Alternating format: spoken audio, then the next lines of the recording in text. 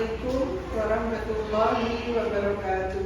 Waalaikumsalam warahmatullahi wabarakatuh.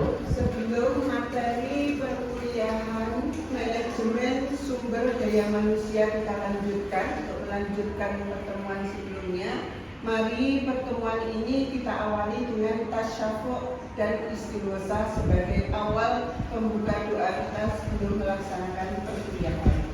Al-Fatihah.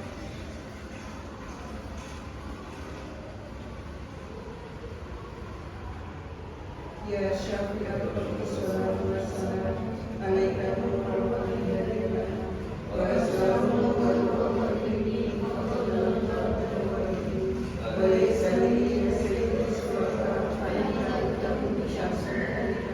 ya Sayyidi ya Rasulullah ya Sayyidi ya Rasulullah ya Sayyidi ya Rasulullah ya ayyuhal muslimun alaika wa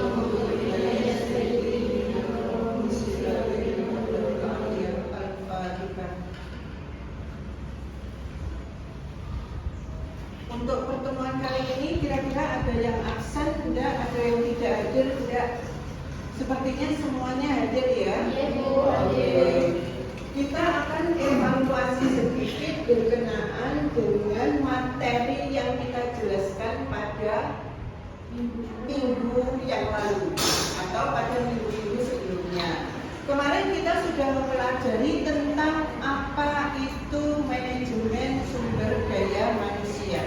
Kita sudah mempelajari tentang fungsi manajemen sumber daya manusia. Juga kita mempelajari tentang tujuan sumber daya manusia dan juga manfaat dari manajemen sumber daya manusia. Sekarang kita akan berbicara tentang kompensasi.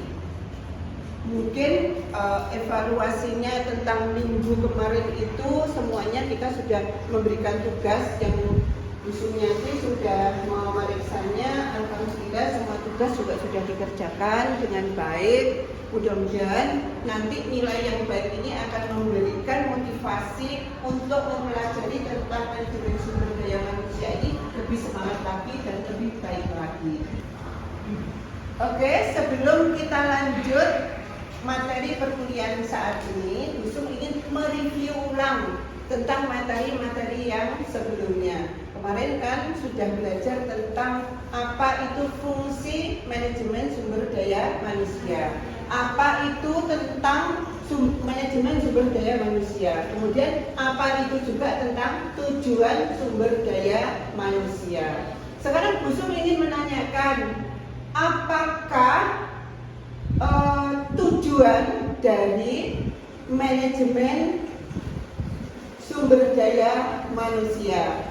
Coba Mbak itu ya, oke. Silakan Mbak disebutkan. Tujuan sumber daya manusia atau SDM itu adalah untuk mengelola tenaga kerja secara efektif agar tujuan organisasi tercapai secara optimal.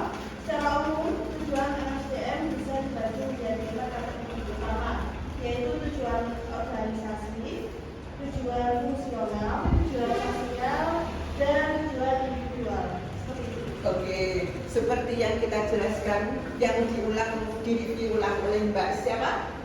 Mbak Dian tadi, bahwa MSDM itu tujuannya dibagi menjadi 4. Apa tadi yang pertama?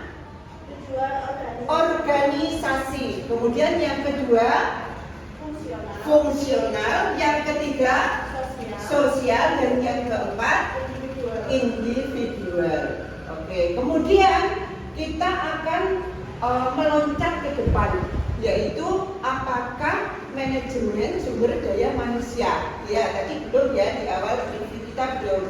Oke, coba Mas, ya silakan. Manajemen sumber daya manusia atau MSDM adalah rangkaian kegiatan organisasi yang bertujuan untuk menarik, mengembangkan, dan mempertahankan tenaga kerja yang efektif.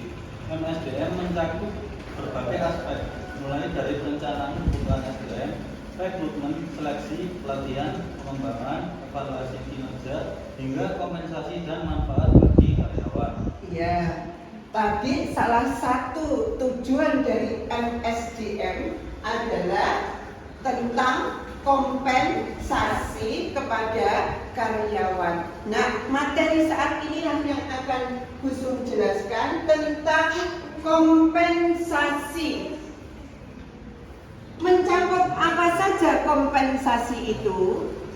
Kompensasi mencakup seluruh imbalan yang diberikan kepada karyawan sebagai penghargaan atas jasa mereka. Jadi, kompensasi itu adalah yang diberikan oleh perusahaan kepada seorang karyawan. Dan itu wajib harus diberikan kepada karyawan sebagai imbal jasa. Karyawan sudah memberikan tenaganya untuk bekerja dengan sebaik-baiknya.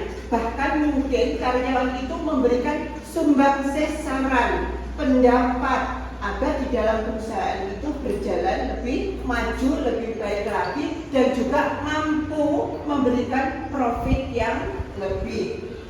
Kompensasi penghargaan atas jasa mereka itu meliputi satu, yaitu kompensasi finansial langsung, yaitu bayaran yang diterima dalam bentuk gaji, upah, komisi, bonus, dan lain sebagainya.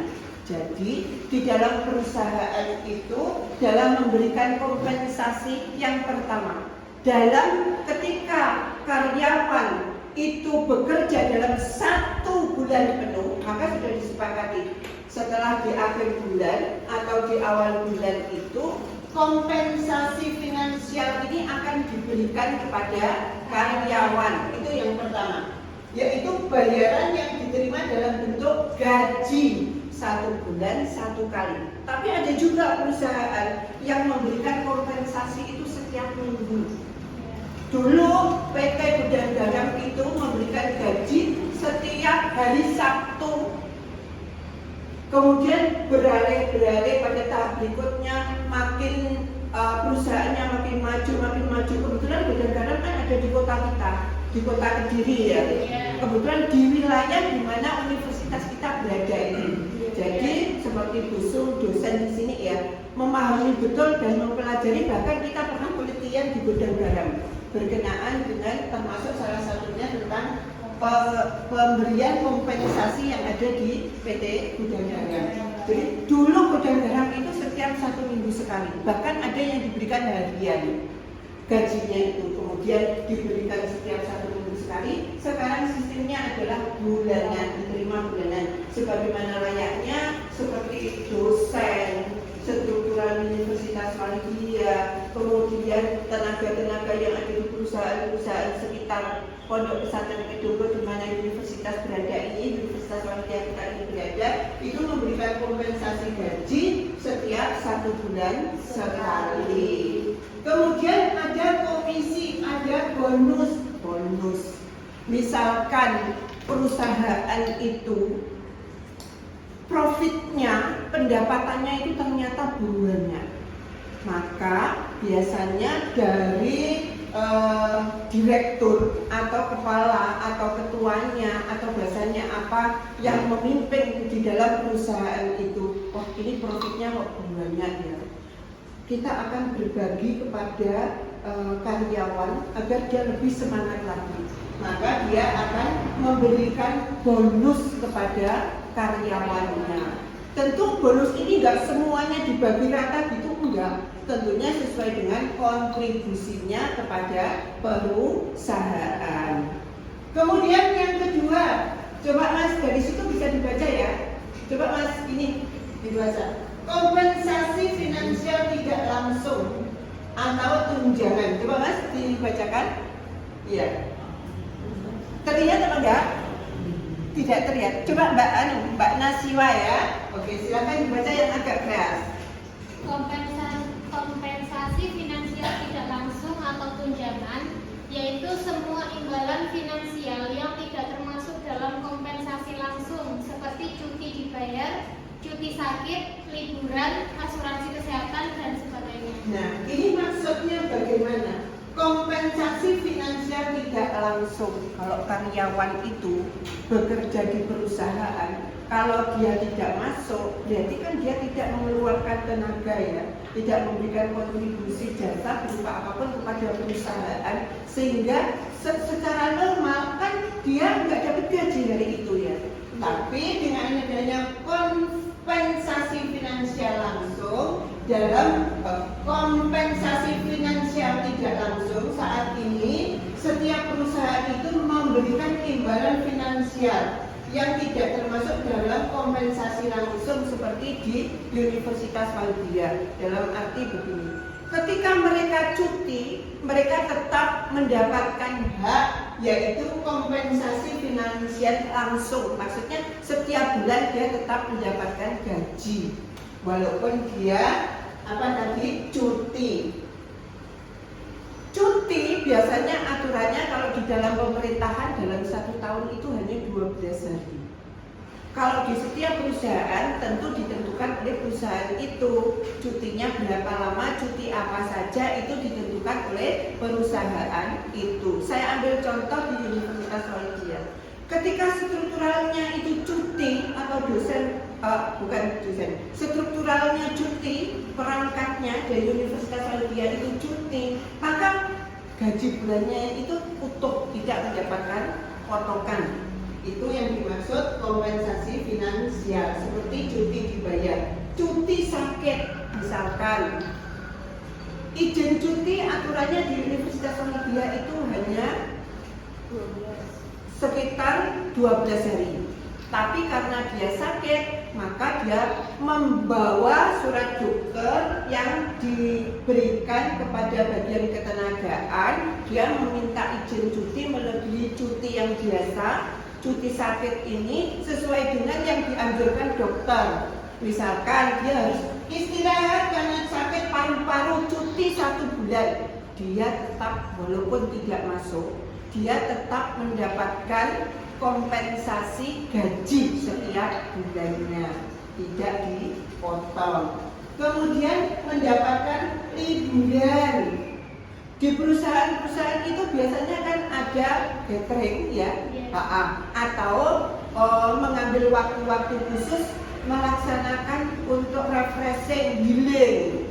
Kemana? Kalau di sini mungkin ke Gua Selo Mangkleng, atau kalau di Tulungagung gimana? Tapi di pantai-pantai itu mana kalau di Tulungagung? Pantai Popo, Pantai Mutiara, ya. Diajak rekreasi bersama, gratis, tidak ditarik biaya, konsumsi diparingi, biaya transportasi diparingi. Ini salah satu kompensasi finansial tidak langsung. Diparingi lagi asuransi kesehatan. Kalau asuransi kesehatan masuknya di mana? Kompensasi finansial tidak langsung. Iya, kalau kita diasuransikan oleh perusahaan tentang kesehatan, diasuransikan ke apa itu? BPJS. Nah, kita dimasukkan BPJS. Nah, BPJS itu sesuai aturan sebagian dibayarkan oleh perusahaan. Itu sudah aturan pemerintah bahwa setiap karyawan perusahaan satu harus dimasukkan BPJS ketenagaan. Yang kedua, BPJS kesehatan. BPJS ketenagaan tujuannya apa? Setelah nanti dia pensiun, dia itu menerima asuransinya sebagai bekal dia hidup setelah dia pensiun dari pekerjaannya di perusahaan itu. BPJS kesehatan, dia terjamin kesehatannya saat berada melaksanakan tugas di perusahaan itu tanpa memikirkan mumpuni aku sakit, anakku sakit, istriku sakit, biayanya dari mana yo. Ini pemerintah sudah mengatur harus masuk BPJS kesehatan, yang itu sebagian berapa persennya itu adalah ditanggung oleh pemerintah, sebagian adalah dari karyawan. Kemudian yang ketiga, Mbak, yang paling ujung kalau tentang kompensasi non finansial, apa itu, Mbak? Kompensasi non finansial yaitu kepuasan yang diterima seseorang dari pekerjaan itu sendiri atau dari lingkungan psikologis dan Jadi kompensasi non finansial itu adalah kalau dibahasakan kita kepuasan kerja, ya. Jadi kepuasan yang diterima seseorang dari pekerjaan. Jadi biasanya kalau kita melakukan suatu pekerjaan yang kita lakukan itu sukses, menjadikan perusahaan profitnya, pendapatannya banyak, menjadikan perusahaan itu lebih maju lagi, menjadikan misalkan kamu bisa entrepreneur, maksudnya membuat sesuatu hal yang baru dari yang sudah ada. Nah, itu kita kan puas ya, senang ya. Masya Allah, kita sudah diberi sesuatu yang lebih di dalam mengerjakan sesuatu dibandingkan dengan karyawan-karyawan yang lain. Jadi perasaan senang, perasaan puas, perasaan kita sudah mampu menyelesaikan sesuatu dengan baik, menyelesaikan pekerjaan kita dengan baik, itulah disebut kompensasi non finansial. Mungkin sampai di sini dulu. Ada yang ingin menanyakan atau bertanya? Silakan. Ada yang ingin bertanya kira-kira berkenaan dengan kompensasi? Ya, silakan. Berkenaan dengan kompensasi, silakan bertanya. Kalau misalkan nanti saya sudah bekerja, terus ternyata enggak digaji, bagaimana? Mungkin begitu atau bagaimana? Silakan. Gimana? Ada yang ingin ditanyakan? Tidak bertanya, artinya sudah paham tentang kompensasi. Baik kompensasi finansial langsung, kompensasi finansial tidak langsung, dan kompensasi non finansial. Sudah paham ya? Oke, alhamdulillah. Baiklah, pertemuan kali ini akan kita lanjutkan pada pertemuan minggu depan. Tolong nanti untuk contoh-contoh dari kompensasi ini nanti kalian tugasnya kalian membuat contoh perusahaan yang memberikan kompensasi finansial langsung. Nanti mengadakan pengamatan kepada perusahaan, kemudian sistem dari kompensasi finansial langsung ini seperti apa. Nanti pada minggu depan akan kita diskusikan hasil dari tugas kalian ini nanti ya. Oke, terima kasih. Mari pertemuan ini kita tutup kembali dengan mengucapkan doa. Permohonan mudah-mudahan apa yang sudah kita pelajari bersama ini tadi bisa kita pahami dan bermanfaat. Al-Fatihah. Ya Syafi'ah Sallallahu Wasallam alaihi wa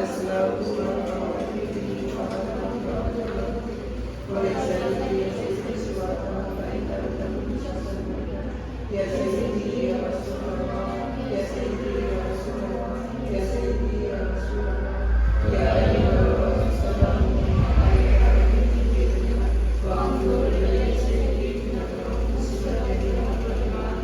Al-Fatihah. Sampai jumpa pada pertemuan berikutnya. Wassalamualaikum warahmatullahi wabarakatuh.